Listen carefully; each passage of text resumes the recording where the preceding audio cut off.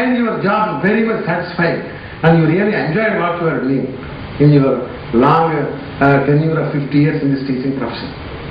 I would undoubtedly say that the 10 years I spent as the principal of autonomous college, where principal is only designation, but the way in which I had to involve myself and got myself very busy mentally, intellectually with the concept of autonomy, that was the most refreshing and wonderful time I had. Even at the age of 72, if I continue to exude any kind of confidence and enthusiasm, it's only because of that experience I had for those 10 years. Because without autonomy, when I was working in several colleges, I always used to feel suffocated.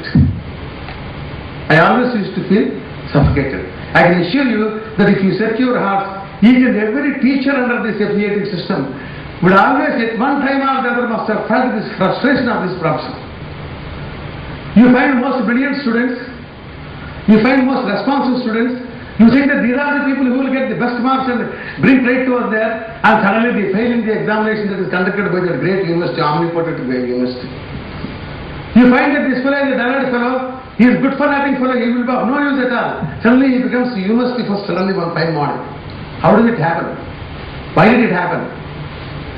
You have a syllabus, your entire work schedule is reduced to only 3 things.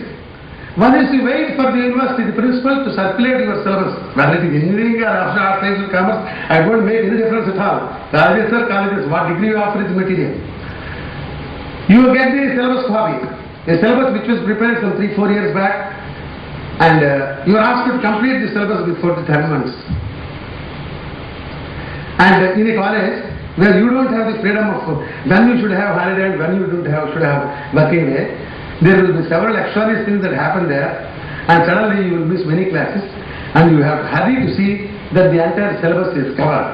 When the syllabus is covered, the exam schedule is given, the students are made to prepare for the exam, you can wash off your hands, your responsibility is over.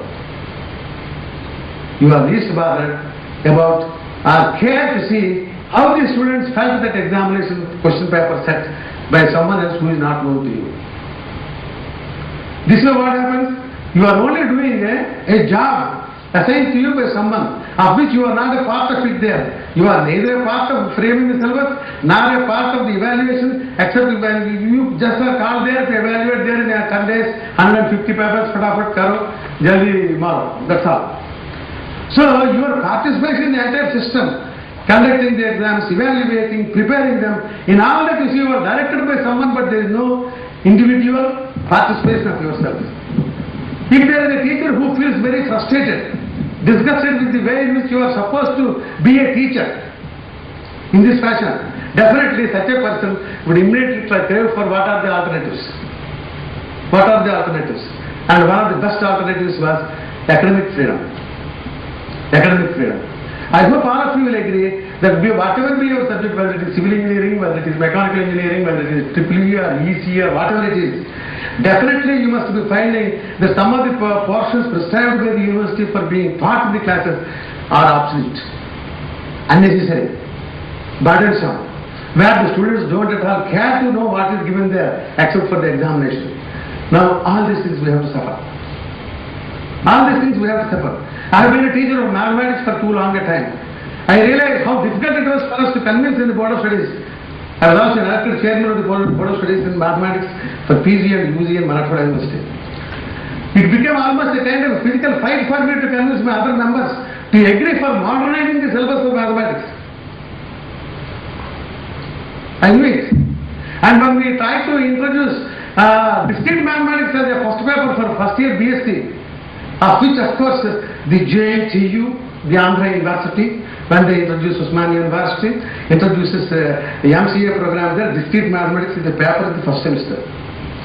This I got it introduced way back in 1986 in our BSc first year. With the firm view that having interacted with the people around the country, I realized that tomorrow's day is computer's day, unless they have the logical thinking there, they should have the discrete mathematics there, they will not be of any use at all. And as soon as I left that college, Maharashtra, and came back, the next Board of Studies saw to it that that paper was totally removed.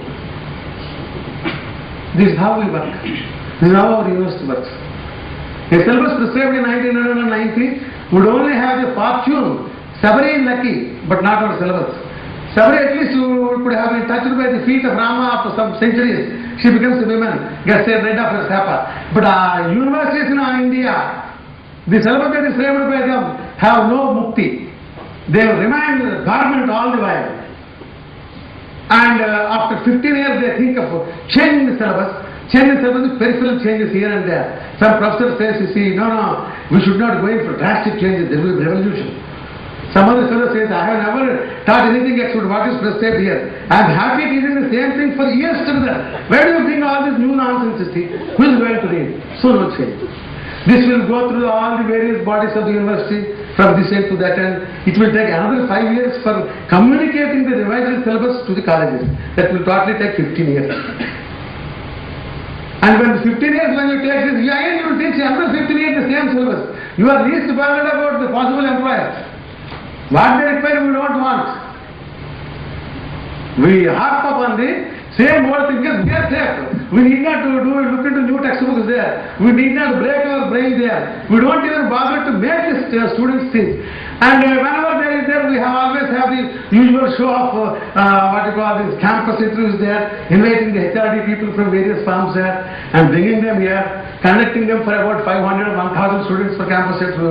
Hardly 10 or 15 fellows will be selected there. And those people, when they go back, they make the comment, no, see, we have visited a wonderful college, they had hospitality, was wonderful. But unfortunately, none of the students are capable of thinking. I don't know what the teachers are doing. They are not giving a scope for the teachers to think. This is the comment we cut back. How shameful it is for us. Why should we make those fellows to comment on our abilities there when we are capable? Why we are not in a position to extol and completely utilize our capabilities, our involvement with the teaching profession? It is only because we are working according to the direction of some unknown agency, some Osama bin Laden in the name of the university. We don't have freedom. And that is one of the reasons why the college autonomy becomes a necessity. As I said correctly, if all of you set your minds and take which is the best time of work as a teacher. Of course, if you are all continuing to be in teaching profession, if you want to just go in for some .NET or some other this net or that net and switch over to the software where you will get better salaries, I can't help it. But this country requires at least a sizable number of teachers dedicated to. My belief, everybody sitting here are they want to get into the teaching. That's fine. Then that is a wonderful combination. And if you are like that, please remember the reason that their control, their hegemony over the entire higher education would be lost. Therefore, D.S. Kothari's wonderful recommendations and his view that in the next 5-year plan we should have at least 500 affiliated colleges to become autonomous colleges became a pipe dream. It almost took 12 years. And the energetic and enthusiastic Tamil Nadu people, looking at the grants that would be given for autonomous colleges, and having been very clever right from the beginning, even when Andhra was a part of Madras, they were never lagging behind in making the best utility of the things that are available from the central government. They were the first people about half-dozen colleges from Tamil Nadu. They opted for autonomy. They drew the best grants from the UGC because there was no other college in the country. Only 6 colleges in Tamil Nadu were autonomous. And they ran them very second. They made the full use of the self-governance, the freedom that they got, and made themselves accountable. And they became the trailblazers for autonomous colleges in this country. That's all. There was no further growth of autonomous colleges. All people in the other colleges also were happy with the way in which someone else, some university somewhere, some 100 miles away, conducts the exam, prescribes the syllabus, and also evaluate the students. And we are happy, they are happy, no problem. No one will ask us why this university's papers are out, why this university's evaluation is improper, why all these things. No, nothing doing. All of us are happy, they are happy, we are happy, everyone is happy. Throughout the country. Once again, Rajiv Gandhi. When Rajiv Gandhi became Prime Minister, we had our Andhra Bidda as the Minister of Human Resource Development. For the first time, the Ministry of Education was renamed as Human Resource Development Ministry. Thinking that it's a higher education, in fact, you see, provides us the human resources required for the development of the country. And the committee was formed, and Narasimha Rao was very much involved, the former Prime Minister, in framing the new education policy in 1986. In addition to the technological development that Rajiv Gandhi visualized, in addition to bringing computers to the country through the class computers and also trying to get Sam Trudeau to this country to talk about this mobile revolution, rural electrification, rural telephony, he also was insisting on this national education policy. Once again in 86, national education policy was propounded, and again the thought of autonomous colleges came up. Principal sir, these autonomous colleges, there was also another concept which was very much propagated, which I think is very timely for GMR IT. You said that you are conducting some evening courses by making the faculty, available faculty useful. In fact, that is the concept of community colleges. We already have a GMR community college. Where here we have? Then that is the correct step for it. That is in collaboration with Manipal? not Manipal, Indira Gandhi Open University. That is, in fact, you can have a community college just like autonomous college. Registered that, and from this year onwards it will be functioning mostly in offering vocational courses. Achha. In fact, in GMR community college. These two concepts were very much propagated, and once again the government of Andhra Pradesh, India, together with this national education policy, approached all the universities and the colleges and tried to convince the people that in the old system, you see, you are not enjoying what you are doing. You are not doing anything useful there except producing a large number of graduates, postgraduates and engineers and all those people, but the education is not relevant to the needs of the country. With their best efforts, they could push another 100 colleges in a matter of 5 years to attain the concept of autonomy. No one was getting convinced. Then they thought that it is time for us to evaluate institutions of higher education. Plenty of committees were employed before the NAC was formed. In fact, I was also associated in initial stages with some of these committees. How to evaluate the institutions, how to evaluate the teachers, what type of accreditation should be given for the institutions of higher learning by way of this. That also was brought in. But still the number of autonomous colleges didn't go up. Why I again and again insist on that Robert Frost is saying is, in spite of all said and done, instead of giving wonderful grants, all facilities, in spite of that, you see the concept of autonomous colleges could not catch the imagination of the management people or the faculty. The reasons could be different.